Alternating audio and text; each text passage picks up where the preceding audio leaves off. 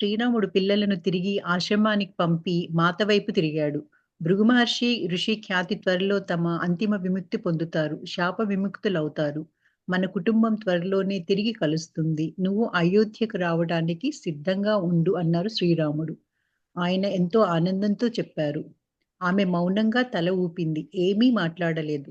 కానీ ఆ మొహంలో ఏదో లోపించినట్లుంది. ఆయన అయోధ్యకు బయలుదేరిన తరువాత మాత తలుపు దగ్గర నిలబడి ఆయనను చూస్తుండడం గమనించాను. మాత, అయోధ్యకి తిరిగి వెళ్ళటంలో మీకు ఆనందం లేదా అని సోమ అడిగింది. ఆయన పిల్లల వైపు తిరిగి ఆశ్రమానికి పంపించేసి పిల్లల వైపు తిరిగి అంటున్నాంట. ఇక దగ్గరికి వచ్చేసింది భృగు మహర్షి, ఋషి ఖ్యాతి మాతదే వాళ్ళు పెట్టినటువంటి అది విముక్తి పొందుతారు. ఇక వారి దగ్గరికి వచ్చేసింది. వాళ్ళతో పాటు మనం కూడా శాప విముక్తం అవుతాయి పోతాం అనుకున్నా అన్నాడు అని మన కుటుంబం. అందుకని మన కుటుంబం కూడా త్వరలోనే తిరిగి కలుసుకుంటాము. ఇక నువ్వు అయోధ్య రావడానికి సిద్ధంగా ఉంటే అని చెప్పేసి ఆయన వెళ్ళిపోయి ఉంటాడు. ఇక అప్పుడు ఈమె ఆనందంగా వెళ్ళిపోయాడు. ఆయన ఆనందంగా చెప్పాడు కూడా. కానీ సీతమ్మ మాత్రం మౌనంగా సరే అన్నట్టుగా ఏదో తలూపింది. సరే అని కూడా నోట్లో అని ఉండలే మనం చెప్పుకుంటాం. సరే మౌనంగా తల ఊపింది అంటే సరే అని ఊపి ఉంటుందని మన ఉద్దేశం. కానీ ఏమి నోటితో మాత్రం ఏమి మాట్లాడలేదు. కానీ ఆ మొహంలో ఏదో లోపించినట్టుగా సోమ చూసింది. ఆయన అయోధ్యకు బయలుదేరిన తర్వాత మాత తలుపు దగ్గర నిలబడి ఆయన చూసింది ఎవరో సోమ. మాత, మరి అయోధ్యకు తిరిగి వెళ్ళడంలో నీకు ఆనందం లేదా ఏంటి? ఇప్పుడు కొంతమంది ఇప్పుడు అరణ్యంలో ఉండి అయోధ్యకు వెళ్ళాలంటే ఎగిరిగంతేస్తారు కదా. మాత ఇంకా ఏదో ఆయన చెప్పినట్టుగా మామూలు విషయం లాగానే తల ఊపి ఊరుకుంది. కానీ ఏం ఆనందం ఏర్పరచరా. అయితే అప్పుడు సోమకు అనుమానం వచ్చింది. ఏంటి అయోధ్యకి వెళ్ళాలంటే మరి అంతఃపురానికి వెళ్తుంది కదా మహారాణి అని ఎంతో సంతోషపడాల్సింది పోయి ఏం సంతోషపడలేదని అడిగేసింది. ఇక సోమ, నువ్వు అయోధ్యకి వెళ్ళడానికి ఏమి ఇష్టం లేదా, నీకు ఆనందం లేదా అని అడిగేసింది. అప్పుడు ఏం చెప్పిందో వినండి. సోమ, నేను కూడా అదే కోరుకుంటున్నాను. కానీ అలా జరగదు, విచారగ్రస్త స్వరంతో బదులిచ్చింది. ప్రతి చర్యకు దాని పరిణామాలు ఉంటాయి అంది సీతామాత. సీతమాత అనుకుందట, నిజమే, నేను కూడా అదే కోరుకున్నా, వెళ్ళాలి బాగా అక్కడ ఉండాలి అని అనుకున్నా నేను. కానీ మనం అనుకున్నవన్నీ జరుగుతాయా? మనం ఎన్నో అనుకుంటాం, అన్ని జరగవు కదా. కానీ అది జరగదు అది. ఎందుకంటే అమ్మకి భవిష్యత్తు తెలుసు కదండి. మనకైతే తెలియదు రేపొద్దున ఏం జరుగుతుందో, కాసేపటి ఏం జరుగుతుందో మనకు తెలియదు. కానీ అమ్మకి అన్ని తెలుసు కదా, భవిష్యత్తు దర్శనం ఆవిడ.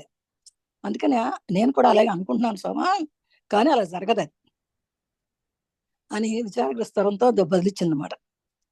విచారంగానే చెప్పింది ఆ మాట, జరగదది. ఎందుకంటే ప్రతి చర్యకు దాని పరిణామాలు ఉంటాయి కదా, యాక్షన్ టు రియాక్షన్ అని. ప్రతి యాక్షన్కి ఏదో ఉంటది మళ్ళీ పరిణామం. అందుకని ఏది జరగబోతుందో నువ్వు చూడు, చూడు ఏం జరుగుతుందో. కానీ నేను అనుకున్నట్టుగా నువ్వు అనుకున్నట్టుగా జరగదు అని చెప్పేసింది అనమాట. అంటే బీజం పడిపోయింది సోమకి, ఇంకా మాత వెళ్ళదు అని. ఎందుకు మాత? అయినా అడిగేసి, ఎందుకు మాత, మీరనే దానికి అర్థం ఏమిటి? ఆమె బదులు పలకలేదు. నా వైపు చూస్తూ పేలవంగా నవ్వుతూ ఆమె కుటీరంలోకి వెళ్ళింది. ఆమె జవాబు చెప్పదలుచుకోనప్పుడు ఆ విధంగా చేస్తుంది. ఆ తరువాత చాలా వారాలకు చీకటి పడిన తరువాత మాత ఆకాశం వంక తదేకంగా చూస్తూ బయట కూర్చుంది. నేను ఆమెకు రాత్రి పానీయం ఇచ్చి లోనికి వెళ్ళాను. ఆమె నిద్రించటానికి వెళ్ళిందో లేదో తెలుసుకోకుండా.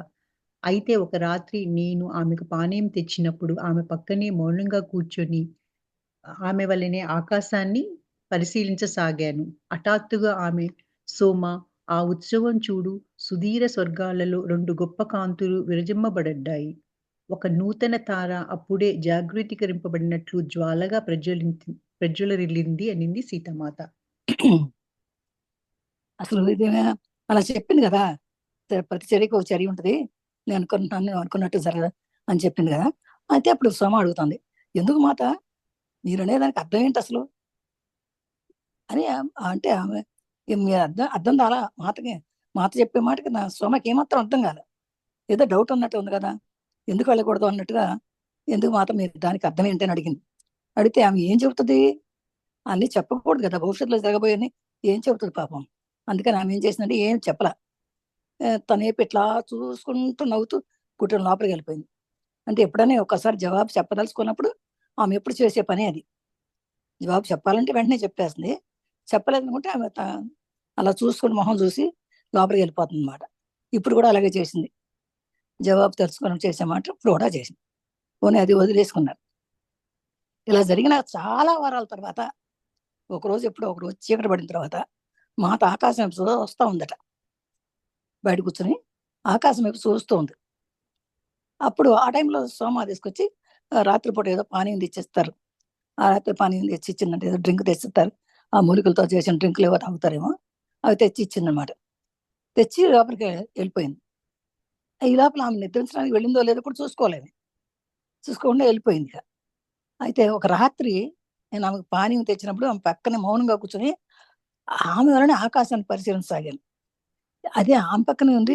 తను కూడా ఏంటి ఆకాశం అమ్మ చూస్తాను కదా అని తను కూడా పరిశీలింప చూసినట్టు. అప్పుడు హఠాత్తుగా ఆమె అందంట, సోమా అది ఆ ఉత్సవం చూడు అంటున్నాడు. ఆకాశంలో చూస్తూ సోమ ఆ ఉత్సవం చూడు అంటే ఉత్సవం అంటే ఏంటి? ఓ పండుగ వాతావరణం. అది చూడు, అది ఏంటంటే సుదూరంగా అంటే చాలా దూరంగా స్వర్గాల్లో 2 గొప్ప కాంతులు కనపడుతున్నాయి మనకి. 2 గొప్ప కాంతులు కనపడుతున్నాయి ఎక్కడో స్వర్గంలో, చాలా దూరంలో.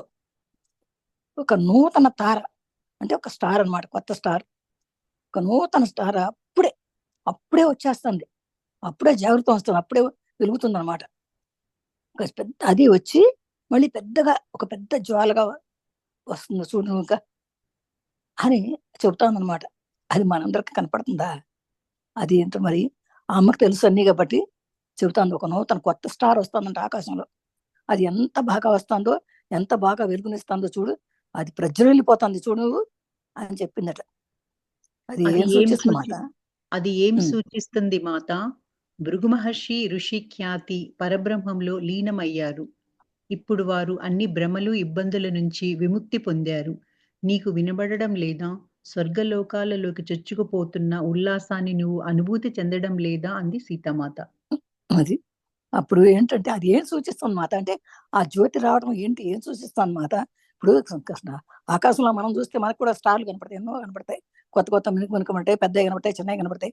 కానీ మనకేం తెలుస్తుంది? వాడి అర్థం కొంచెం కూడా తెలియదు. అది అక్కడ పెద్దది ఉందన్న అక్కడ చిన్నది ఉందంటాం కదా. అలాగే సోమ కూడా ఆ జ్యోతి ఏం చూపిస్తుంది మాత అని అడిగింది. ఆ ఉత్సవం అంటున్నారు కదా, మరి ఆ ఉత్సవం తనకేం తెలుస్తుంది? సోమకు తెలియదు కదా. సోమ కూడా మనలాంటిదే కనుక ఈ మాత్రం తెలుసుకుంది కాబట్టి ఆమె చూడు ఆనందపడిపోతుంది. అదేంటి మాత అది ఏం సూచిస్తుందని అడిగితే అప్పుడు మాత ఏం చెబుతుందంటే భృగు మహర్షి ఋషి ఖ్యాతి వాళ్ళిద్దరూ వైఫ్ అండ్ హస్బెండ్. వాళ్ళు పరబ్రహ్మంలో లీనమైపోయారు. పరబ్రహ్మంలో లీనమయ్యారు వాళ్ళిద్దరు కూడా. ఇప్పుడు వారి భ్రమలన్నీ లేవు. వాడికి ఇంకా ఇబ్బందులు లేవు. అంతకుముందు వాళ్ళిద్దరు విడిపోయి ఉన్నారు అన్నమాట వాళ్ళిద్దరు. ఎందుకంటే భృగు మహర్షి యొక్క రెండో భార్య చనిపోయింది. ఆ చనిపోయినప్పుడు ఈయన నారాయణనే శాపం పెట్టేశాడు. అందుకని ఇప్పుడు రాముడు సీత వేరు అంటారు. కానీ ఇప్పుడు వాళ్ళిద్దరు కలిశారంటే ఆ శాపం విముక్తి అయినట్లు లెక్క. బిడ శాపం కూడా విముక్తి అయిపోయినట్లు లెక్క. నీకు కనపడటం లేదా? స్వర్గలోకాలకు చొచ్చుకుపోతున్న ఉల్లాసాన్ని నువ్వు అనుభూతి చెందడం లేదని. అప్పుడు వీళ్ళిద్దరూ కలిశారు కనుక స్వర్గలోకంలో అందరూ సంతోషంగా ఉన్నారు. స్వర్గలోకంలో దేవదేవతలు అందరూ కూడా పండగ చేసుకుంటున్నారు. ఆ పండగని నీకు కనపట్లేదా? నీకు అనుభూతి నీకు తెలియట్లేదా అని అడుగుతుంది స్వామని. సీతమ్మ అడుగుతుంది. సీతమ్మ కనపడుతుంది. సీతమ్మ అనుకుంటే అది అందరికీ కనపడుతుంది అనుకుంటుంది. అందరూ తనలాంటి వాళ్ళే అనుకుంటుంది కనుక ఇది అందరికీ ఆకాశంలో కనపడి ఆ దేవలోకంలో కనపడే ఆ స్వర్గంలో కనపడే ఆ ఉత్సవం అంతా మనకు కూడా కనపడుతుంది అనుకునే పిచ్చితల్లి సోమాతో అంటాను అనమాట. నేను నవ్వాను. నేను ఏదీ వినలేదు. అనుభూతి చెందలేదు. ఆమె ఒక్కొక్కసారి నేను కూడా ఆమెలాగే విని చూడగలను అన్నట్లు మాట్లాడుతుంది. అది అనుకుంది. వెంటనే నవ్వేసింది. సోమాకి ఏం తెలిసింది? అన్నా కదా నేను సోమ కూడా మనలాంటి మనిషి. మనలో ఏం కనపడింది? తను అందట నవ్వేసి పైనక చూసి తను కూడా నవ్వేసి అందట నేను ఏది వినలేదు, నేను ఏది చూడలేదు, నేనేది అనుభూతి చెందలేదు అని నేను ఆమె ఒక్కసారి అనుకుంటుంది సీతమ్మ. తను కూడా సోమ కూడా తనలాగేనండి. తనలాగే అనుకొని ఆమె వింటుంది, చూడుతుంది, అనుభూతి చెందుతుంది, ఉత్సాహపడుతుంది, అన్ని తెలుస్తాయి కనుక కనుక కానీ ఇక ఆమె కూడా సోమ కూడా తనలాగే అనుకుని అలా మాట్లాడుతుందని ఆ సోమకి అర్థమైపోయింది. నేను ఈ సంకేతం కోసమే ఎదురు చూస్తున్నాను. అది మా సమాగమం అంతమవ్వబోవడానికి సూచన. అంటే అబ్బా! మనం అయోధ్యకు వెళ్ళడానికి సిద్ధమవుదామా అడిగాను నేను. ఇప్పుడు కాదు, ఇప్పటికిప్పుడే కాదు, నాలో ఇంకా ఒక కోరిక మిగిలి ఉంది. అది సంపూర్ణమవ్వాలంది సీతామాత. హ్మ్. అయితే నేను ఈ సంకేతం కోసం చూస్తున్నాను అన్నట్టు సీతమ్మ ఇంక పైగా. తను కూడా చాలా సంతోషపడిపోతుంది. ఓహ్! నేను కూడా ఈ సంకేతం కోసం అంటే అలాంటి ఉత్సవం కోసం నేను ఎదురు చూస్తున్నా.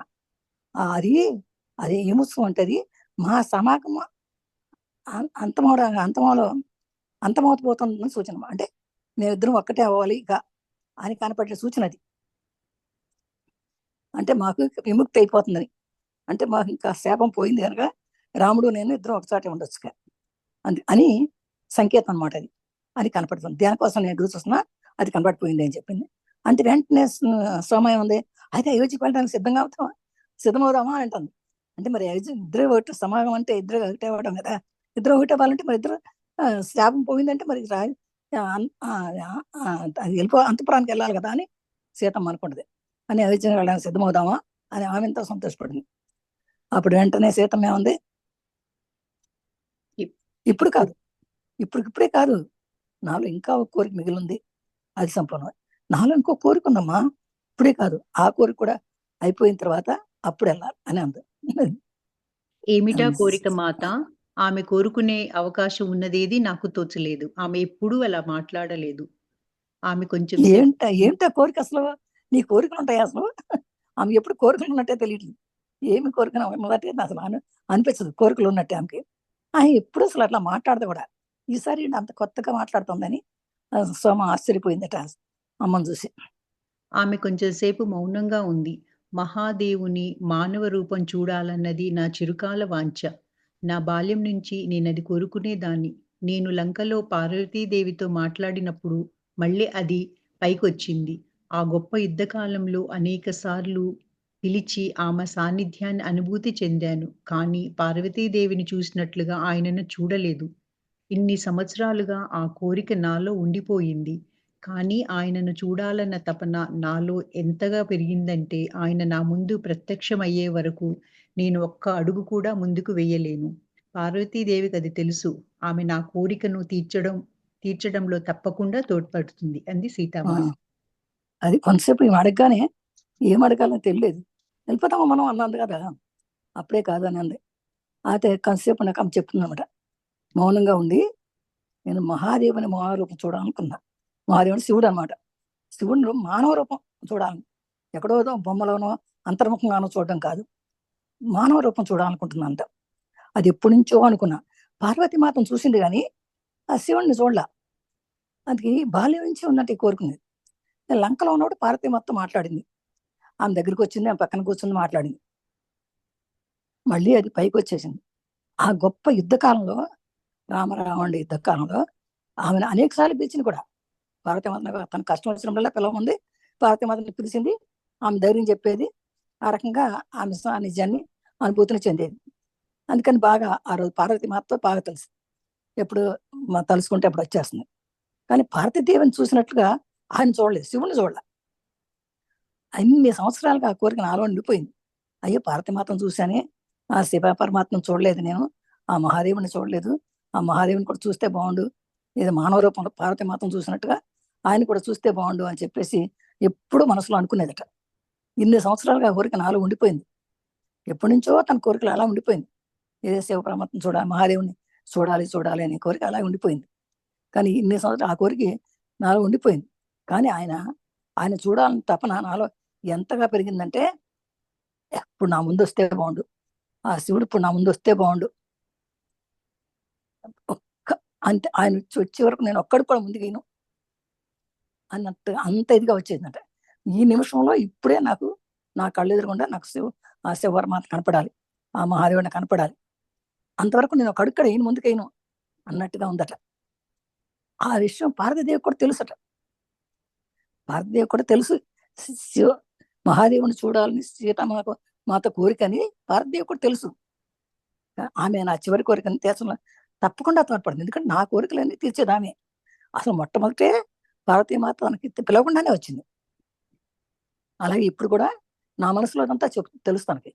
కనుక నా మనసులో ఉన్న కోరిక కూడా ఆమెకు తెలుసు. కనుక నా కోరికను తప్పకుండా ఆమె ఆమె తీరుస్తుంది అని చెప్తాను. కొంతసేపు మేము మౌనంగా కూర్చున్నాము. ఆమె మాటలు నాలో అంత కలవరాన్ని ఎందుకు కలిగించాయో నాకు అర్థం కాలేదు.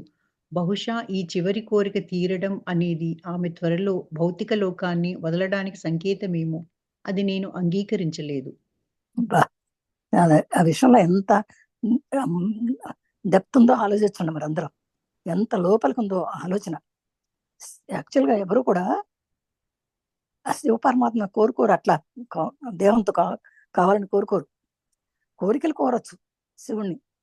కానీ నాకు శివుడే నాకు కావాలని కోరరు సామాన్యంగా. ఇప్పుడు కొంతసేపు మౌనంగా కూర్చున్నాం. ఆమె మాటలు నాలో ఈమె మాటలు ఎందుకంటే సోమకి తెలుసు కనుక అట్లా మాట్లాడుతున్నది ఎంతో కలవరాన్ని కలిగించిందట. ఏంటబ్బా! సీతామాత ఇలా మాట్లాడుతుంది. శివుడిని పార్వతీమాతను కలుస్తుంది కదా ఇప్పుడు. మళ్ళీ శివపరమాత్మ భౌతికంగా కలవాలని అనుకుంటదేంటి? ఈ కోరికేంటి? అని చెప్పేసి అనుకుంది. అర్థం కాల. ఆలోచిస్తానే ఉంది. అయితే చివరి కోరిక అంటుంది పైగా. ఈ చివరి కోరిక అనేది ఈ చివరి కోరిక నా చివరి కోరిక తీరుస్తుందని అంటుంది. అంటే ఈ చివరి కోరిక అంటే ఇప్పుడు మనం ఏమంటాం చనిపోయేటప్పుడు నాకు చివరి కోరిక అంటాం కదా! అట్లా త్వరగా ఈ భౌతిక లోకాన్ని వదిలిపెట్టి వెళ్ళడానికి సంకేతం ఏంటి ఇదే అని సోమకి తెలిసిపోయింది. సోమ అనుకుంటుంది. బహుశా ఇది ఆఖరి కోరిక అంటాంది. బహుశా ఈమె భౌతిక దేహాన్ని వదిలేస్తుందేమో బాబోయ్! అది నేను అంగీకరించను బాబోయ్! నేనైతే ఒప్పుకోను. నేను ఒప్పుకోను. ఎవరు ఒప్పుకోకపోయినా జరగాల్సిందే కదా! ఆ సంగతి సోమకి తెలియక, అమ్మో! ఇదేమన్నా లాస్ట్ కోరిక అంటాంది. ఇంకా సీతమ్మ ఏమన్నా ఈ లోకాన్ని వదిలిపెట్టి వెళ్ళిపోతుందా ఏంటి? అనుకుని అయినా నేను అలాంటి దాన్ని నేను ఒప్పుకోను అని సోమ అనుకుంటాను పాపం. చాలా నెలల పాటు రాముడు రాలేదు. నేను త్వరలో అయోధ్య వెళ్ళటం అన్న విషయాన్ని పక్కన పెట్టాను. ఆయన మళ్ళీ వచ్చినప్పుడు రాజ్య వ్యవహారాలలో మునిగి ఉండి, మాత తిరిగి వచ్చే ప్రస్తావన చేయలేదు. చాలా రోజుల పాటు రాముడు రాలేదట. నేను కూడా త్వరగా అయోధ్య వెళ్ళటం అనే విషయాన్ని పక్కన పెట్టేశాను ఇక. ఎందుకంటే ఆమె ఇట్లా ఇష్టంగా చూపించలేదు కదా! అందుకని ఆయన మళ్ళీ వచ్చినప్పుడు రాజ్య వ్యవహారాలు మునిగిపోయి ఉన్నాడు బాగా. ఎందుకని ఇక్కడ సమస్యలన్నీ అయిపోయినాయి కదా అనుకున్నాడు. అందుకని అక్కడ రాజ్య వ్యవహారాలు బాగా మునిగి ఉండటం వల్ల మాత తిరిగి వచ్చే ప్రయత్నం చేయలేదంట. మళ్ళీ ఎప్పుడు వస్తావు మనకి ఏ రోజు మంచిది మనం ఎప్పుడు వెళ్దాం అన్న మాట అసలు వెళ్ళే మాట మన గురించి ఆ ప్రస్తావన రాకుండా వచ్చి గబగబా ఏదో పనులు చూసుకుని ఆమెను చూసి వెళ్ళిపోయాడట. ఒకానొక రోజు పిల్లలకు శుభరాత్రి చెప్పబోయే ముందు వారిని బయటకు రమ్మని పిలిచింది. చంద్రుడు లేడు, కానీ ఆకాశం లెక్కలేనన్ని నక్షత్రాలతో నిండి ఉంది. లవ, కుశ, ఆ నక్షత్రాల వంక చూడండి. అక్కడ ఎన్ని లోకాలు ఉన్నాయో చూడండి. వాటిని దాటి ఎన్నో విశ్వాలు, లోకాలు, మనం చూడలేని భౌతిక లోకాలు, స్వర్గలోకాలు ఉన్నాయి. నేను ఇక్కడ లేనప్పుడు ఆ లోకాలకు తోడ్పడుతూ వాటి సామర్థ్యం వెలికి తీయడానికి దోహదం చేస్తుంటాను అంది సీతామాత. అది రోజు పిల్లలకి రోజు శుభరాత్రి అంటే గుడ్ నైట్ చెప్తారు కదా! ఆ రోజు శుభరాత్రి చెప్పేటప్పుడు ఆ ముందు వారిని బయటికి రమ్మని చెప్పిందంట. ఒక రోజున కుటీరం నుంచి బయటికి రమ్మని పిలిచిందట. చూసి ఆకాశంలో చూపిస్తాను. ఆకాశంలో చూపించి చూడండి అక్కడ చంద్రుడు లేడు. కానీ ఆకాశంలో లెక్కలేని నక్షత్రాలు ఉన్నాయి. ఎన్నో స్టార్స్ ఉన్నాయి కదా! మనం లెక్క పెట్టలేనన్ని స్టార్స్ ఉంటాయి పైన. అన్నీ ఉన్నాయి చూడండి నిండి ఉంది కదా! లావా ఉషా ఆ నక్షత్రాల వంకే చూడండి మీరు. ఆ నక్షత్రాల వంకే చూడండి మీరు. అక్కడ ఎన్ని లోకాలు ఉన్నాయో చూడండి మీరు. అక్కడ ఎన్నో లోకాలు నక్షత్ర మండలం అంటారు కదా! నక్షత్ర మండలం ఉంటుంది అక్కడ. అక్కడ ఎన్నో లోకాలు ఉంటాయి. వాటిని దాటి అంటే ఆ నక్షత్ర మండలాలు కూడా దాటి ఆ లోకాలను దాటి ఇంకా ఎన్నో విశ్వాలు ఉంటాయి. ఎన్నో లోకాలు ఉంటాయి. ఎన్నో విశ్వాలు, ఎన్నో లోకాలు ఉంటాయి. మనం చూడలేని భౌతిక లోకాలు. అంటే మన ఈ భౌతికంగా మనం చూడలేని లోకాలు ఎన్నో ఉన్నాయి పైన. లెక్కలేని ఉన్నాయి. అందులో స్వర్గలోకాలు ఉన్నాయి. నేను ఇక్కడ లేనప్పుడు ఆ లోకాలకు తోడ్పడుతూ నేను ఇక్కడ ఒకవేళ ఈ భూమి మీద నేను లేనప్పుడు అంటే ఇప్పుడు బాగానే తోడ్పడుతున్నాను నేనున్నాను కదా! కానీ ఇప్పుడు నేను లేనప్పుడు ఆ లోకాలను తోడ్పడుతూ వాడి సామర్థ్యం వెలికి తీసుకొని దోహదం చేస్తుంటానులే నేను కూడా. నేను ఇక్కడ లేనప్పుడు ఒక్కసారి గుర్తుపెట్టుకోండి ఇక్కడ ఏమంటుందో. నేను అక్కడ లేనప్పుడు ఆ లోకాలకు తోడ్పడుతూ వాటి సామర్థ్యం వెలికి తీయడానికి దోహదం చేస్తుంటాను అని చెప్పబోతుంది. ఇంత లవుడి ముఖంలో ఏదో అర్థమైన భావం కల్పిస్తుందిగా. నువ్వు ఇక్కడ లేకపోవడం ఏంటమ్మా అని స్వరం తేలిపోయింది. ఇక్కడ లేకపోవడం అనే మాట పిల్లలకి అంత తొందరగా అర్థం చేసుకోగలిగారు. ఇక్కడ లేకపోవడం అంటే ఏంటి అర్థం? చనిపోవడం అని అర్థం కదా. అందుకని వెంటనే పట్టేశాడు ఆ పిల్లడు. వెంటనే అర్థమయ్యే భావంతో నువ్వు ఇక్కడ లేకపోవడం ఏంటమ్మా అని స్వరం తేలిపోయింది అనేసాడట. చదువమ్మా. నేను ఆ విధంగా చెప్పి ఉండకూడదు. ఆమె గబగబా సరిచేసుకోబోయింది. నేను ఎప్పుడూ ఇక్కడే ఉంటాను. అయితే నేను వేరే చోట కూడా ఉండవలసిన అవసరం వచ్చినప్పుడు నన్ను అక్కడకు పిలుస్తారు. ఆవిడ ఒక క్షణం ఆగి, ఆ నక్షత్ర చైతన్యాలను మిత్రులుగా చూడండి. అవి జీవరాశికంతటికి ప్రయోజనం చేకూర్చే ప్రేమను వెలువరిస్తాయి. ఆమె పులకించింది. నేను అప్పుడు తన కుమార్తెగా పుట్టినప్పుడు మానవ జాతి సంసిద్ధతలో లేదు కనుక కొంత జ్ఞానం మాత్రమే వెల్లడి చేయబడింది. మనం నేర్చుకోవలసింది ఎంతో ఉంది. భవిష్యత్తులో మీరు రాజులుగా ఉన్నప్పుడు నక్షత్రాల వైపు చూసి నేను మీ వైపు చూసి నవ్వుతున్నానని, ఎక్కడ ఉన్నా మీపై ప్రేమ ప్రసరిస్తున్నానని తెలుసుకోండి అంది సీతామాత. అబ్బా ఏం చెప్పిందమ్మా. నేను అప్పుడు ఒకసారి గబుక్కుని అనేసింది ఆ మాట. నేను ఇక్కడ లేనప్పుడు అనే మాట ఒకసారి అనేసరికల్లా పిల్లాడు వెంటనే పట్టేశాడు. ఇక్కడ లేకపోవడం ఏంటమ్మా నువ్వు అని అడిగేశాడు. అప్పుడు తా మనసులో అనుకున్న నాలుగు వేసుకుని ఉంటుంది. అయ్యో నేను చెప్పకుండా ఉండవలసిన మాట అనుకుని గబగబా సరి చేసుకుంటాను అనమాట. ఎట్లా చేసుకుంటాను ఇప్పుడు చూడండి, నేను ఎప్పుడు ఇక్కడే ఉంటాను, పిల్లలకి నమ్మించేసింది. అయితే డౌట్ ఏంటంటే నేను వేరే చోట కూడా ఉండవలసిన అవసరం వస్తుంది. ఇక్కడే ఉంటాను కానీ వేరే చోట కూడా ఉండవలసిన అవసరం వస్తుంది. ఒకవేళ అట్లాంటి అవసరం వచ్చినప్పుడు నేను అక్కడ పిలుస్తారు, అంటే అక్కడ పిలుస్తారు, అక్కడికి వెళ్తాను. అంటే వీళ్ళు ఏదో వెళ్ళి వచ్చినట్టు అనుకోవాలన్నమాట వీళ్ళు. అందుకే ఏదో ఊరు వెళ్ళి వచ్చినట్టు అనుకోవాలి వీళ్ళందరూ, వినేవాళ్ళందరూ. అలా సరి చేసుకుంది మాటని ఆమె. మళ్ళీ ఒక క్షణం ఆగి, ఆ నక్షత్ర చైతన్యాలు మిత్రులుగా చూడండి మీరు. ఆ నక్షత్రంలో కనపడుతున్నారే, ఆ నక్షత్రంలో కనపడే నక్షత్రం మళ్ళీ అంతా దాంట్లో మిత్రులుగా చూడండి. అందుకని నక్షత్ర మిత్రులు అంటారు వాళ్ళు. మిత్రులుగా చూడండి మీరు. అవి జీవరాశికి అందరికీ ప్రయోజనం చేకూర్చే ప్రేమను తెలుస్తాయి. అంటే అవి ఎందుకు అలా చూడాలి మిత్రులాగా అంటే, అవన్నీ కూడా మనందరికీ కూడా ప్రయోజనం చేకూరుస్తాయి. ఈ భూమి మీద ఉన్నటువంటి జీవరాశికి అంతా కూడా ప్రేమను వెలువరుస్తున్నాయి, ప్రేమను చూపిస్తున్నాయి అవి. అందుకనే మనం కూడా మిత్రులవుతాం అని ఆమె పులకరించిపోతుంది. ఆ మాట చెబుతూ కూడా ఆమె చాలా సంతోషంగా ఒళ్ళు పులకరించిపోయేటట్టు చెబుతుందట. నేనప్పుడు తన కుమార్తెగా పుట్టినప్పుడు మానవ జాతి సంతృప్తిలో లేదు. నేను ఎప్పుడో పుట్టాను కదా. మీ పిల్లలకి చెప్పే మాట ఇది. నేను కుమార్తెగా పుట్టినప్పుడు భూమికే కుమార్తె ఆవిడ, భూమాత. కానీ పుట్టినప్పుడు మానవ జాతిలో ఇంత తెలివి లేదు, ఇంత సంసిద్ధంగా స్టడీగా లేరు కనుక నేను కొంత జ్ఞానం మాత్రమే వెళ్ళదు. అందుకని నాకు కొంత మాత్రమే జ్ఞానం వచ్చింది. నేను కొంత మాత్రమే జ్ఞానమే చెప్పగలుగుతున్నాను. కానీ మనం నేర్చుకోవాల్సింది చాలా ఉంది. మనం కొంచెం నేర్చుకున్నాం. మనం నేర్చుకోవాల్సింది ఎంతో ఉంది. ఇంకా ఎప్పుడు నేర్చుకుంటాం? ఎంత భవిష్యత్తులో మనం నేర్చుకుంటాం. ఇంకా ఫ్యూచర్లో మనం చాలా నేర్చుకోవాల్సి ఉంది కనుక పిల్లలు చిన్నవాళ్ళు కదా అని చెబుతుంది వాళ్ళకి. మీరు భవిష్యత్తులో ఇంకా చాలా నేర్చుకోవాల్సి ఉంది. ఇప్పుడు ఏదో రోజు రాత్రిపూట నేను చెప్పేది ఆశ్రమం నేర్చుకునే సరిపోదు. అది ఇంకా చాలా చాలా నేర్చుకోవాలి. భవిష్యత్తులో మీరు చాలా నేర్చుకోవాలి అంటూ, మీరు రాజులుగా ఉన్నప్పుడు, శ్రీరామ తర్వాత రాజ్యం వీళ్ళిద్దరే కదా. అందుకని మీరు రాజులుగా ఉన్నప్పుడు నక్షత్రాల వైపు చూసి, నేను మీ వైపు చూసినా నవ్వుతున్నాన్ని, ఎక్కడ ఉన్నా మీపై ప్రేమ ప్రవర్తన అని తెలుసుకోండి అని చెప్తాను. చూడండి వాళ్ళకి ఎంత విధిగా చెప్పేసిందో. ఏదో కర్రెరకుండా పాన్ చావకుండా అన్నట్టుగా, నేను పోతాను, నేను వెళ్ళిపోతాను, మిమ్మల్ని వదిలిపెట్టి అని ఒక మాట చెప్పకుండా, మీరు ఇక్కడి నుంచి ముందు రాజులు అవుతారు కదా. మీరు రాజులుగా ఉన్నప్పుడు మీరు కూడా నక్షత్రాల వైపు చూడండి. నక్షత్రాల వైపు చూసి, అప్పుడు నక్షత్రాల వైపు చూసినప్పుడు మీరు ఏమనుకుంటారంటే, నేను అక్కడి నుంచి మిమ్మల్ని చూస్తున్నాను అనుకోండి. అంటే ఏం పైకి వెళ్ళిపోతున్నానే అర్థం కదా. నేను మీ వైపు చూస్తే నవ్వుతున్నానని మీరు అనుకోండి. అంటే ఏంటి అర్థం అన్నమాట? నేను ఎక్కడ ఉన్నా, ఈ లోకంలో ఉన్నా, ఆ లోకంలో ఉన్నా, నక్షత్ర లోకాలు ఎక్కడున్నా సరే మీపై ప్రేమను ప్రసరిస్తున్నానని తెలుసుకోండి. మీ మీద ఎప్పుడు నేను ప్రేమతో ఉంటాను, మీకు ఎప్పుడు ప్రేమను పంపిస్తాను అని తెలుసుకోండి మీరు అని చెప్పి చెబుతాను అనమాట. అంటే ఉన్నది జరగబోయేదంతా వాళ్ళకి చెప్పేసింది. ఇంకా మేము సంసారం రాజ్యపాలన చేస్తున్నప్పుడు నువ్వు మా పక్కనే ఉంటావా అమ్మా? కుశుడు గబగబా అన్నాడు.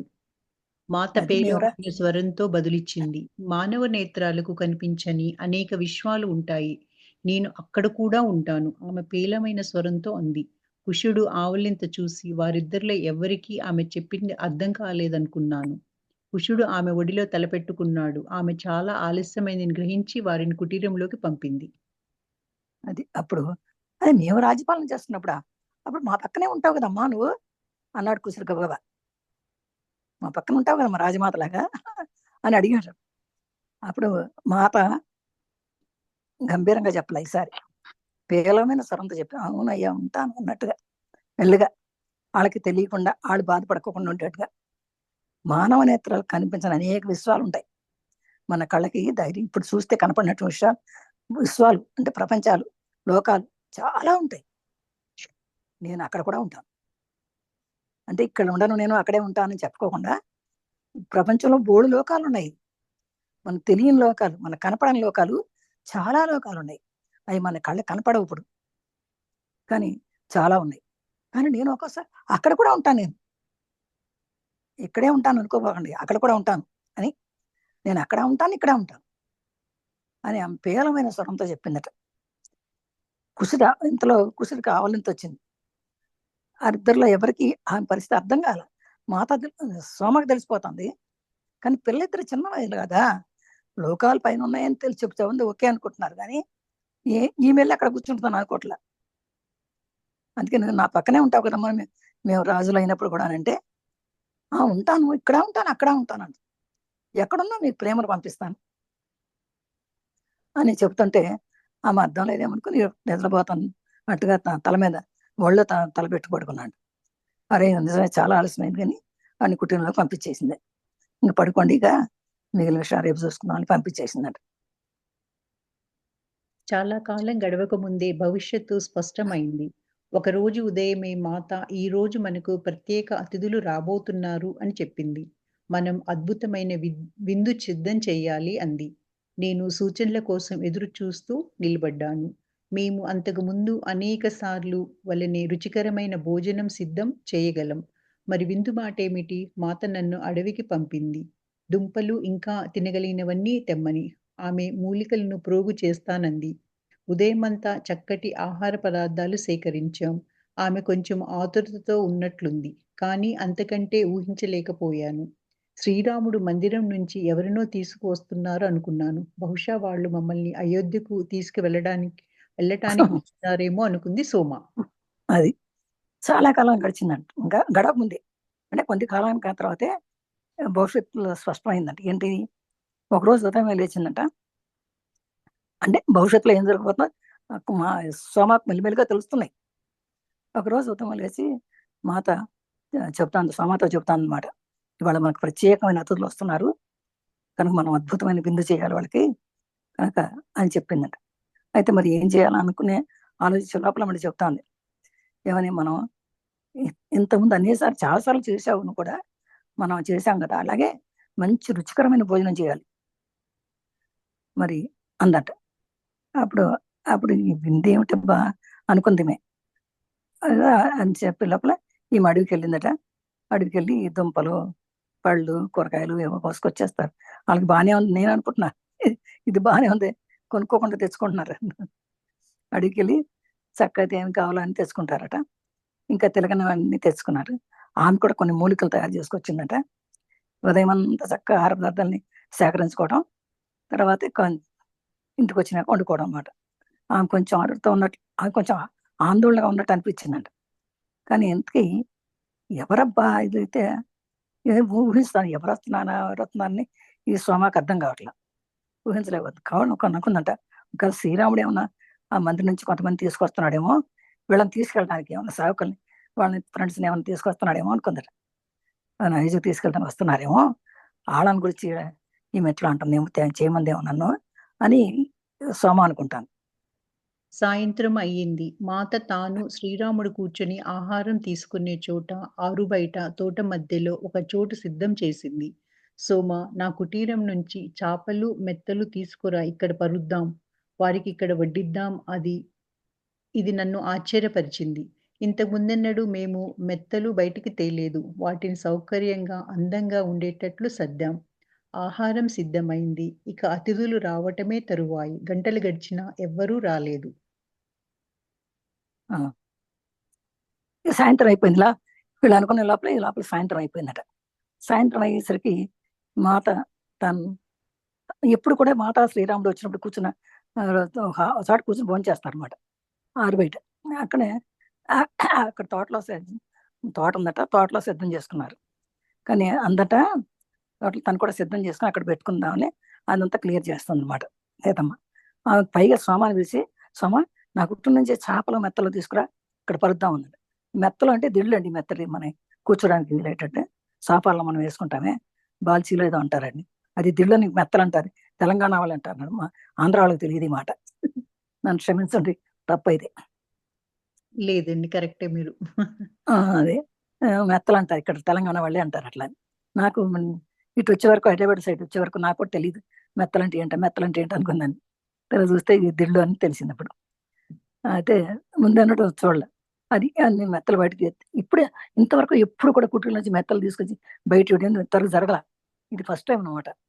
అందుకే ఏంటబ్బా ఇట్లా తీసుకొస్తుంది. ఇంత అన్ని సౌకర్యంగా, అందంగా ఉండేట్టు సర్దారు.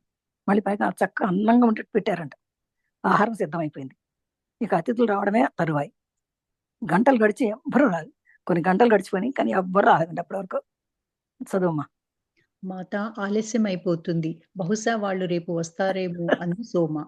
ఆమె ఆ! తల పంకిస్తూ, లేదు వాళ్ళు వస్తారు. నేను ఖచ్చితంగానే చెప్తున్నాను. ఆహారాన్ని వేడిగా ఉంచు. వారు ఏ నిమిషంలోనైనా రావచ్చు. ఆమె చేతులు నిలుపుకుంటూ అంది. ఆతురత పడుతూ ఉందని అర్థమైంది సోమకు. అది.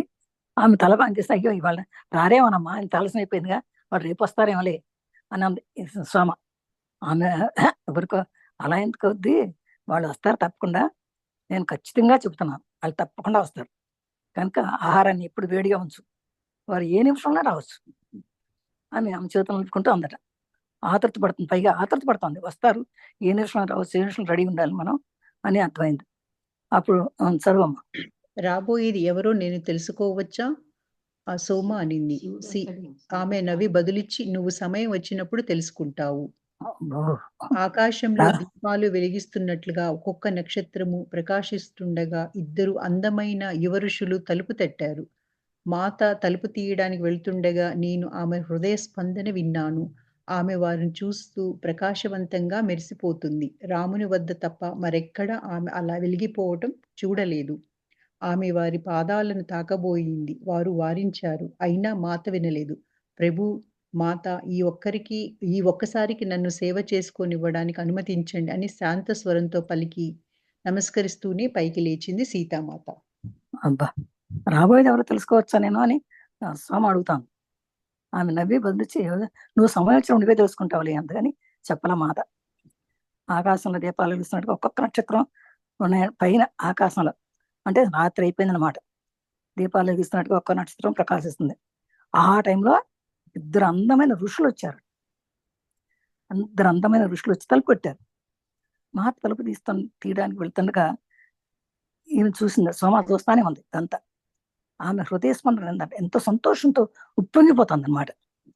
ఆమె వారిని చూస్తూ ప్రకాశవంతంగా మెరిసిపోతుంది.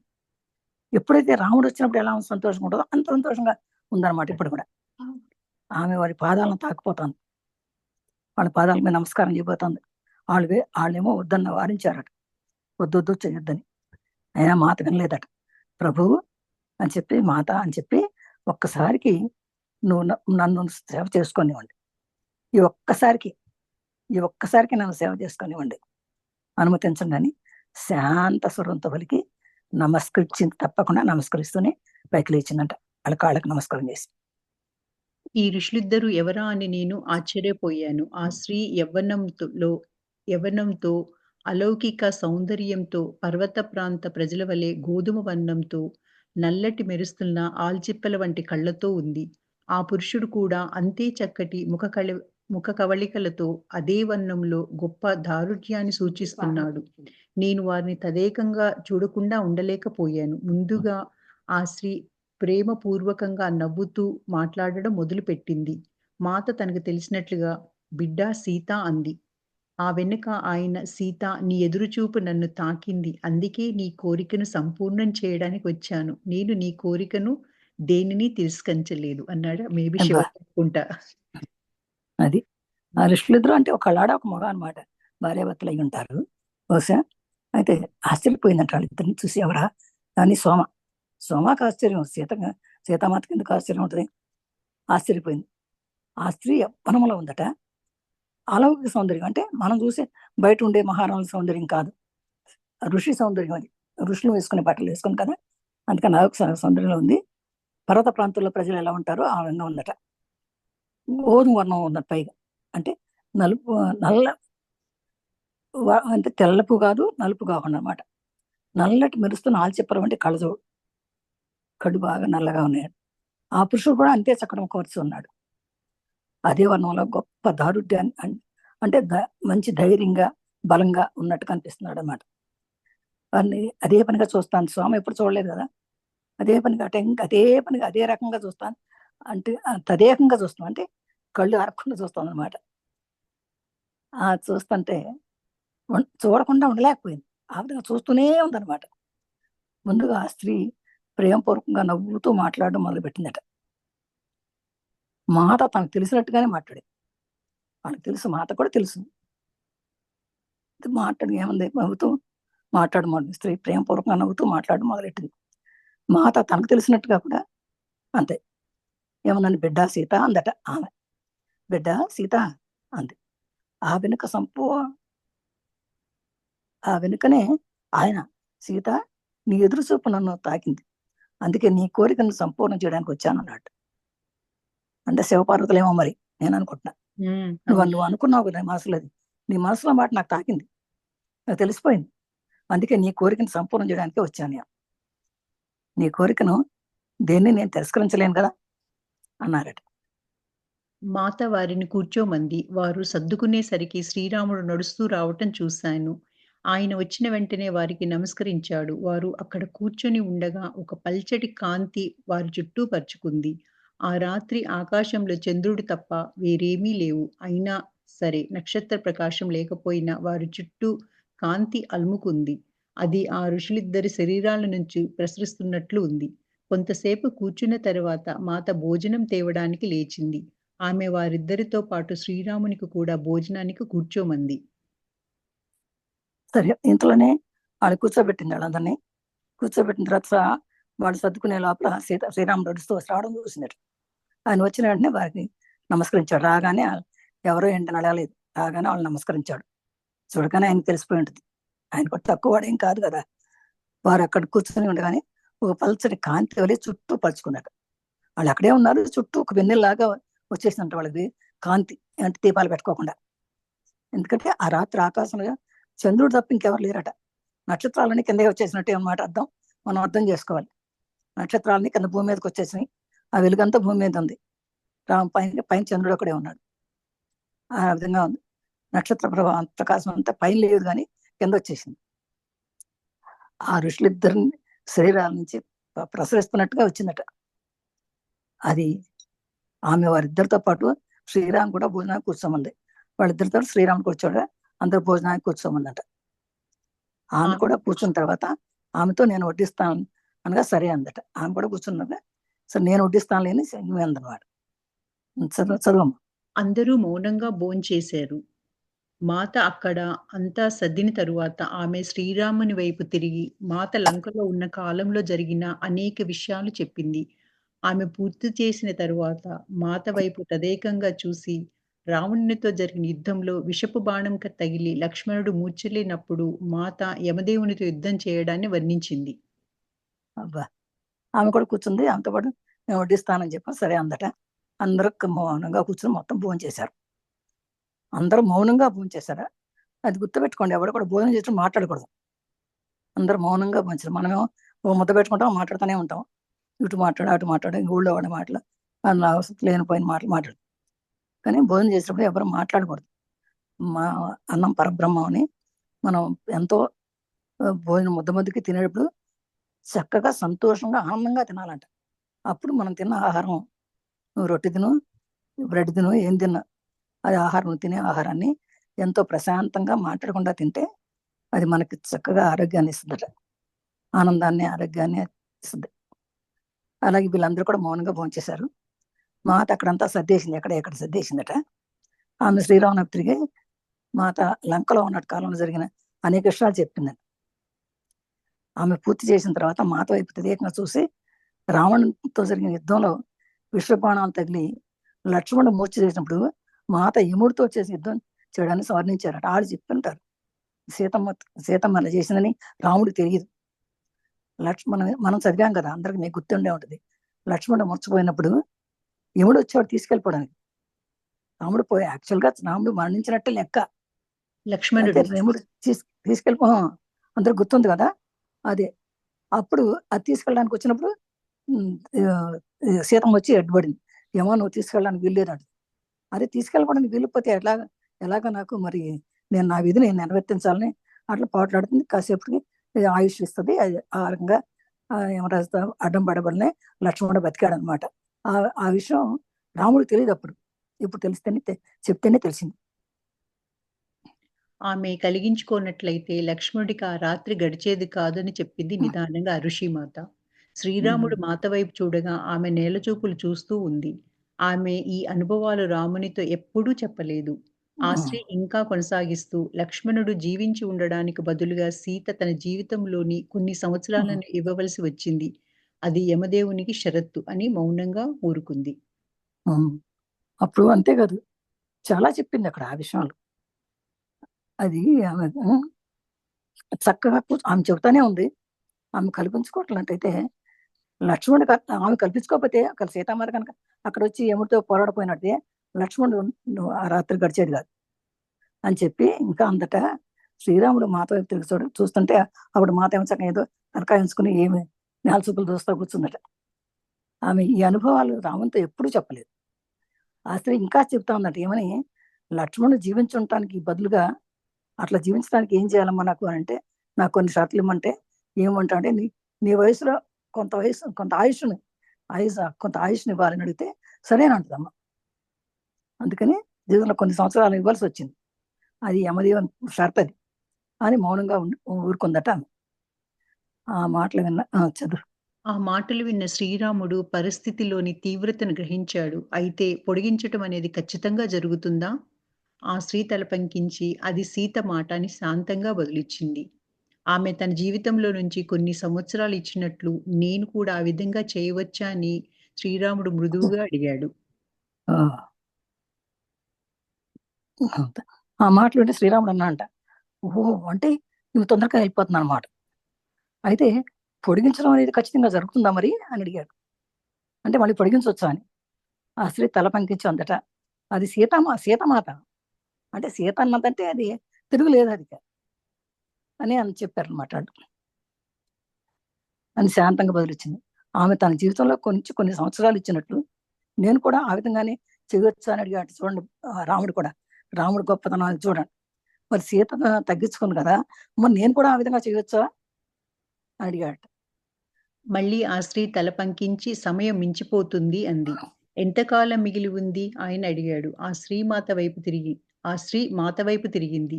నువ్వు వెళ్ళే సమయం ఎంపిక చేసుకోవచ్చు అయితే 1 సంవత్సరం లోపే అంది ఆ స్త్రీ. అంత త్వరగానా అడిగాడు రాముడు. ఆమె తల ఊపింది. అది సరే, ఆమె కొన్ని సంవత్సరాలు తీసేసుకున్నా అంటే మళ్ళీ ఆ స్త్రీ తల పంకించడం సమయం మించిపోతుంది. అంటే సమయం ఉందా అని అడిగాడు కదా, సమయం మించిపోతుంది. ఎంతకాలం మిగిలి ఉంది అడిగాడు. ఆయన అడిగితే ఆ శ్రీమాత తెలిసి ఉందట, నువ్వు వెళ్ళే సమయం ఎంపిక చేసుకోవచ్చు. నువ్వు వెళ్ళే సమయం కూడా నువ్వు కూడా ఎంపిక చేసుకోవచ్చు, కానీ 1 సంవత్సరం లోపే చేసుకోవాలి. అది కూడా అంత త్వరగానా అన్నాడు రాముడు ఆమె తెలిసి. మాత ఈ సమాచారాన్నంతా గ్రహిస్తుంది. మొదట్లో కొంత కలవరం పడినట్లుగా కనిపించినా, వెంటనే తన స్థిరత్వాన్ని తిరిగి తెచ్చుకుంది. శ్రీరాముని వైపు తిరిగి, నేను నా మాట నిలుపుకోవాలి. నేను మళ్ళీ ఆ విధమైన పరిస్థితినే ఎదుర్కోవలసి వస్తే, మన ప్రియ సోదరుడు లక్ష్మణుని కోసం లేదా వేరే సోదరుల కోసం నేను నా జీవితాన్నైనా ఇస్తాను. ఇది నా మన్నింపు అంది సీతామాత. అది కూడా చదివేసేమ్మా. అలా అయితే నేను కూడా వెళ్ళడానికి సిద్ధపడతాను. మాత చేయి పట్టుకొని శ్రీరాముడు గంభీరంగా చెప్పాడు. మాత అందంట ఈ సమాజం ఇంత చూస్తూనే ఉంది. ఏంటి ఆమె చెప్పడము, మళ్ళీ శ్రీరాముడు తిరిగి మళ్ళీ ఇట్లా మాట్లాడడం అంతా వింటానే ఉంది మాత. అయితే మొదట్లో అయ్యో ఏంటి ఇప్పుడు నాతో ఎలాగా తను కూడా తొందరగా వెళ్ళిపోతాను తీసుకుంటాడా ఏంటి అని చెప్పేసి కొంచెం భయపడింది. కానీ వెంటనే మళ్ళీ స్థిరం చేసుకుని మనసును స్థిరం చేసుకుని శ్రీరాముని వైపు తిరిగి అంటుందట, నేను నా మాట నిలబెట్టుకోవాలి కదా, నేను మళ్ళీ అలాంటి పరిస్థితి కనుక వచ్చిందనుకో ప్రియ సోదరులందరినీ లక్ష్మణ్ కోసమే కాదు, ఇంకా వేరే భర్త శత్రువులు ఉన్నారు కదా, వాళ్ళ కోసమైనా చూడు నేను నేను త్యాగం చేయడానికి నా జీవితాన్ని ఇవ్వడానికి సిద్ధంగానే ఉంటాను అది అని చెప్పి నా గౌరవం అది, నా మన్నింపు అది అని చెప్పింది. అయితే మరి అలా అయితే నేను కూడా వెళ్ళడానికి సిద్ధపడతాను, అలా అయితే నేను కూడా వెళ్ళడానికి సిద్ధపడతాను అని మాత చేయబట్టుకుని ఆయన గంభీరంగా చెప్పాడు. అంటే నేను కూడా నీతో పాటే అన్నట్టు చెప్పాడు అనమాట. అది సాధ్యం కాదు రామా! ఆ పురుషుడు కల్పించుకున్నాడు. నీ సమయం ఇంకా రాలేదు. మీ కుమారులు సింహాసనం అధిష్ఠించే వరకు, నూతన సమాజ ఆవిర్భావానికి పునాది ఏర్పడే వరకు, నూతన సమాజ ధర్మాలు ఆవిర్భవింపబడే వరకు, అన్నిటినీ నీ ప్రేమ చుట్టి ఉండడం పైన ఆధారపడి, విశ్వ నియమాలు, చట్టాలు చేయబడే వరకు నువ్వు ఇక్కడే ఉండి తీరాలి. అది నీ జన్మ కారణం. మీ ఇద్దరి జన్మ కారణం కూడా. సీత ముందుగా వెళ్ళిపోవడం వలన నువ్వు ఉండడం అత్యవసరం. మీరిద్దరూ వచ్చిన కారణాన్ని నువ్వే సంపూర్ణం చేయాలి. సీత దేవలోకం నుంచే నీకు తోడ్పడుతుంది అన్నాడు ఆ ఋషి. అతను అంటే పక్కన శివుడు చెప్పాడు మేడం. అది అది సహజం కాదు రామా, ఇద్దరు ఒక్కసారి వెళ్ళిపోవచ్చు కదండి. అది కాదు, ఆ పురుషుడు కలిపి అంటే వచ్చిన శివుడై ఉంటాడు చెప్పట్లేదు. ఆ పురుషుడు కల్పించుకున్నాడు, ఏమన్నాడు, నీ సమయం ఇంకా రాలేదు, నేను కూడా వెళ్ళిపోవచ్చు అంతోటంటే నీ సమయం ఇంకా రాలేదు, నీ కుమారులు సింహాసనం దించే వరకు ఇంకా లవకుశులు ఉన్నారు కదా, వాళ్ళకి మళ్ళీ వాళ్ళని రాజులు చేయాలి కదా ఆ కుమారుల్ని, అందుకని రాజ పట్టాభిషేకం చేయాలి వాళ్ళకి, అందుకని వాళ్ళ రాజ్యానికి ఎక్కే వరకు కూడా నువ్వు నువ్వు కొత్త సమాజాన్ని ఏర్పరిచే వరకు కూడా వాళ్ళు మళ్ళీ తిరిగి వాళ్ళు సింహాసనానికి వచ్చి వాళ్ళు కొత్త సమాజం వచ్చి వాళ్ళు మళ్ళీ రాజ్య పరిపాలన సరిగ్గా చేస్తున్నారా లేదా వాళ్ళకంతా చూసేవరకు అన్ని సమాజం ఆ ధర్మాలు నువ్వు చేసిన ధర్మాలన్నీ వాళ్ళు కూడా చేయాలి కదా, చేసే వరకు ఇదంతా కళ్ళి మామూలుగా రామరాజ్యం వచ్చేటట్టుగా చేసే వరకు నువ్వు అక్కడ వాళ్ళంటిని ప్రేమతో చుట్టూ ఉండాలి. అందుకని నీ ప్రేమ వాళ్ళకి అవసరం. అది అది విశ్వనీయం. అది అది మనం చెప్పేది నువ్వు చెప్పేది నేను చెప్పేది కాదు, విశ్వనీయమే అది. కనుక ఈ చట్టాలు చేయబడే వరకు నువ్వు అంటే కొత్త చట్టాలు చేసి అందరూ ప్రజలు పిల్లలు కూడా మమేకమైపోయి అంతా బాగుండి రాజ్య పరిపాలన బాగా ఉంది అనే పటిష్టం చేయవరు ఆ చట్టాలని మంచిగా చేసే వరకు కూడా నువ్వు ఇక్కడే ఉండి తీరాలి. అది నీ జన్మ కారణం. అది అంటే నువ్వు వచ్చిన ప్లాన్. అది నువ్వు వచ్చిన జన్మ నువ్వు ఆడలా ప్లాన్ చేసుకుని వచ్చావు, ఈ మధ్యలో వెళ్ళిపోతానంటే కుదరదు అని. మీ ఇద్దరు జన్మ కారణం కూడా ఇంతే, సీతమ్మ చేసే పనులు సీతమ్మ చేయాలి, నువ్వు చేసే పనులు నువ్వు చేయాలి. అది మీ ప్లాన్ ప్రకారం, మీ సోల్ ప్లాన్ ప్రకారం వచ్చారు మీరు, మీ ఆ ప్లాన్ ప్రకారమే జరుగుతాయి. సీత ముందుగా వెళ్ళిపోవడం వల్ల సీత ముందు వెళ్ళిపోతుంది. సీత ముందుగా వెళ్ళిపోవడం వల్ల నువ్వు ఉండటం అత్యవసరం. కానీ నువ్వు ఉండడం నువ్వు కూడా సీతతో పాటు వెళ్ళడానికి కుదరదు, నువ్వు ఉండడం చాలా అవసరం ఉంది ఇక్కడ. ఎందుకంటే మరి పిల్లలకి అంతా చూడాలి కదా, ఆ బాధ్యత అప్పగించాలి. అయితే నిర్వీర్యం అయిపోతుంది రాజ్యం అంతా కూడా, ప్రజలంతా ఇదైపోతారు పరిపాలన సరిగా లేకపోతే. అందుకని నువ్వు ఉండడం అవసరం. నీ జన్మ కారణం కూడా అదే, నీ ప్లాన్తో ఆ పని వచ్చావు నువ్వు. అందుకని నువ్వు మీరిద్దరూ వచ్చిన కారణాన్ని నువ్వే సంపూర్ణ చేయాలి. సీతారాములు వచ్చారు అంటే సీతారాములు ఏం చేశారని అందరికి తెలియాలి కదా, అందుకని నాకు సంపూర్ణం చేయాలి. సీత దేవలోకం నుంచి నీకు తోడ్పడుతుంది. నీకు పర్వాలేదు, సీత ఇప్పుడు ఇక్కడ లేకపోయినా కూడా దేవలోకానికి వెళ్ళిపోయినా కూడా నీకు ఏం కావాలంటే అక్కడ నీకు నీకు హెల్ప్ చేస్తానే ఉంటుంది నీకు అని చెప్పారంట అతను. అందుకోసమే నేను వచ్చాను అతను ప్రేమపూర్వకంగా నవ్వుతూ బదిలిచ్చాడు. రామా, సీత, నేను మీకు జరిగినది జరగబోయేది నిజంగా మీరెవరు అన్నది చూపుతాను. దాంతో అందరూ కళ్ళు మూసుకొని ధ్యానంలోకి ప్రవేశించారు. అందుకోసమే నేను వచ్చానా అని అతను ప్రేమపూర్వకంగా నవ్వుతూ బదిలిచ్చాడు. అయితే రామా, సీత, వాళ్ళు వచ్చిన వాళ్ళు అడుగుతుంది చెప్తున్నారు, రామా, సీత, నేను మీకు జరిగింది జరగబోయేది నిజంగా మీరు ఎవరు అన్నది చూపుతాను, నేను చూపిస్తాను మీకు. మీరు ఎవరో, అసలు ఎందుకు వచ్చారో, ఏం చేస్తున్నారో, ఎప్పుడు పోతారో అన్నీ చెప్తాను నేను. అందుకని అందరు కళ్ళు మూసుకుని ధ్యానంలో ప్రవేశించారట. అంటే ధ్యానంలో చెప్తున్నాను అనమాట. చెప్తారు వాడు. ఆ మనకి ఏం సం జరగాలి, ఏం జరుగుతుందో అంతా కూడా. ఆ సంభాషణ జరుగుతుండగా నేను అక్కడ శుభ్రం చేస్తున్నాను. కళ్ళ నుండి ఉబికి రాబోయే నీటిని ఆపుకుంటూ గబగబా ఆ పని చేసి వంటశాలలో సరిచేసిన నేను నా గదిలోకి వెళ్లి కూలబడ్డాను. నా కళ్ళల్లో నీరు ఆవిరయ్యే వరకు పొగిలి పొగిలి ఏడ్చాను. ఆ పైన నిద్రలోకి జారుకున్నాను. కొన్ని గంటల తరువాత లేచాను. బయట ఇంకా చీకటిగానే ఉంది. నేను కిటికీలో నుంచి తొంగి చూడగా వాళ్ళు నలుగురు ఇంకా ధ్యాన స్థితిలోనే ఉన్నారు. ఆ ఋషులు రూపాలు మార్పు చెందాయి. సీత శ్రీరాముడు ముందు కూర్చొని ఉన్నవారు పార్వతీదేవి మహాదేవుడు. నేను వారి వద్దకు వెళదామనుకున్నాను. కానీ నా కళ్ళు భారమై కాళ్ళు కదలలేక నేల మీదకు జారి గాఢ నిద్రలోకి వెళ్ళాను. కిటికీ నుంచి ఉదయం భానుకిరణాలు లోనికి ప్రవేశించినప్పుడు మాత్రమే నేను లేవగలిగాను. మాత ఒక్కటే భోజనాలు చేసిన చోట నిద్రిస్తూ ఉంది. శ్రీరాముని జాడ కానీ, అతిథుల జాడ కానీ లేదు. నేను హాయిగా నిట్టూర్చాను. బహుశా అదంతా నేను కలకని ఉంటాను. అతిథులు వచ్చి ఉండరు. వారి కోసం చూస్తూ మాత నిద్రించి ఉంటుంది. నాకు నేను సర్ది చెప్పుకొని, ఏ ఆలోచన లేకుండా పిల్లలకు వద్దకు వెళ్ళాను అనుకుంది సోమ. అబ్బా! ఈ సంభాషణ అంతా వింది సోమ. ఇంత విన్నాక ఆమె పాపం అక్కడ శుభ్రం చేస్తా ఉందట. చేస్తూ ఓ పక్కన వింటా ఉందన్నమాట. ఇక కళ్ళెంబట నీళ్లు రాస్తా ఉన్నాయి. ఆపుకుంటూ ఆపుకుంటూ ఆ పని అంతా చేసి వంటశాల పరిగెత్తుకెళ్ళి తన గదిలోకి వెళ్ళిపోయి శుభ్రంగా కూర్చొని ఏడుస్తూ కూర్చుంది. ఇక పొంగి పొంగి తనకు కష్టం వచ్చి ఎంతసేపు ఏడవాలి అంతసేపు ఏడ్చింది. ఆ పైన నిద్రలోకి వెళ్ళిపోయింది. తర్వాత కొన్ని గంటల తర్వాత లేచి చూసిందట. బయట చూసి కిటికీలో తొంగి చూస్తే వాళ్ళు ఇంకా ధ్యానంలోనే ఉన్నారు. నలుగురు ధ్యానంలోనే ఉన్నారు. అయితే ఆ ఋషుల రూపాలు మార్పు చెందాయి. అంటే అంతకుముందు వాళ్ళు ఎవరో తెలియకుండా ఉన్నారు. ఒక నీడలాగా ఉందన్నమాట. పార్వతీమాత, శివుడు అని మనం గుర్తుపట్టలేము. అలా ఉన్నారట. కానీ ఇప్పుడు తెలిసిపోయిందనమాట. వాళ్ళు వచ్చిన వాళ్ళు పార్వతీదేవి, మహాదేవుడు అని. నేను వాళ్ళ వద్దకు వెళదాం అనుకున్నా. అదే చూశాను కదా, వాళ్ళ దగ్గరికి వెళ్దామా అనుకుంది. కానీ వెళ్దాం అనుకునే లోపల మనం అందరం అండి భగవంతుడి దగ్గర వెళ్దాం అనుకున్నా వెళ్ళలేము. ఆ భగవంతుడు అనుగ్రహం లేకపోతే మనం వెళ్ళలేము. అలాగే ఈమె కూడా వెళ్దామా, అంత దగ్గరికి వచ్చారు కదా వెళ్దామా అనుకుంది. కానీ వెళ్ళలేకపోయిందండి. కానీ వెళ్దాం అనుకుని కళ్ళు భారమై కాళ్ళు కదలనివ్వరు. నేల మీద జారి పడిపోయింది. మళ్ళీ గాఢ నిద్రలోకి వెళ్ళిపోయిందట. సరే ఎప్పుడు లేచింది మళ్ళీ? ఉదయం పొద్దున్నే సూర్యకిరణాలు వస్తున్నప్పుడు లేచిందట ఈమె సోమ. అప్పుడు లేచి కిటికీలోంచి చూసింది. చూస్తే సూర్యకిరణాలు లోపలికి ప్రవేశిస్తున్నప్పుడు చూసి అప్పుడు లేచిందట. మాత ఒక్కటే భోజనాలు చేసిన చోట నిర్దిస్తూ ఉందట. ఎక్కడ భోజనాలు చేశారు అక్కడే మాత ఒకటి నిర్దిస్తుంది. అక్కడ శ్రీరాముడు లేడు, శివుడు పార్వతి కూడా లేరు, అతను దాని కూడా లేరు. అప్పుడు అమ్మయ్య అనుకుందట. బహుశా ఇదంతా నేను చూసిందంత కలయమలే, అతిథులు వచ్చి ఉండరు కానీ వారి కోసం చూసి నిద్రపోతుంది అంతే, ఇదంతా కల అయి ఉంటది అని మనసులో చెప్పుకుని ఏమీ లేకుండా, ఏ ఆలోచన లేకుండా, బాబు ఇలాంటి ఆలోచన పెట్టుకోవద్దు, నాకు కల్లాగా వచ్చినట్టుంది, ఇదంతా భారంగా ఉంది కళ, అట్లా చూస్తే వద్దు, ఈ ఆలోచన వద్దు నాకు, అమ్మ హాయిగా ఉంది కదా పడుకుందిలే, ఎవరు లేరు ఇక్కడ అనుకుని పిల్లల దగ్గరికి వెళ్ళిపోయిందట సోమ. అయిపోయిందమ్మా.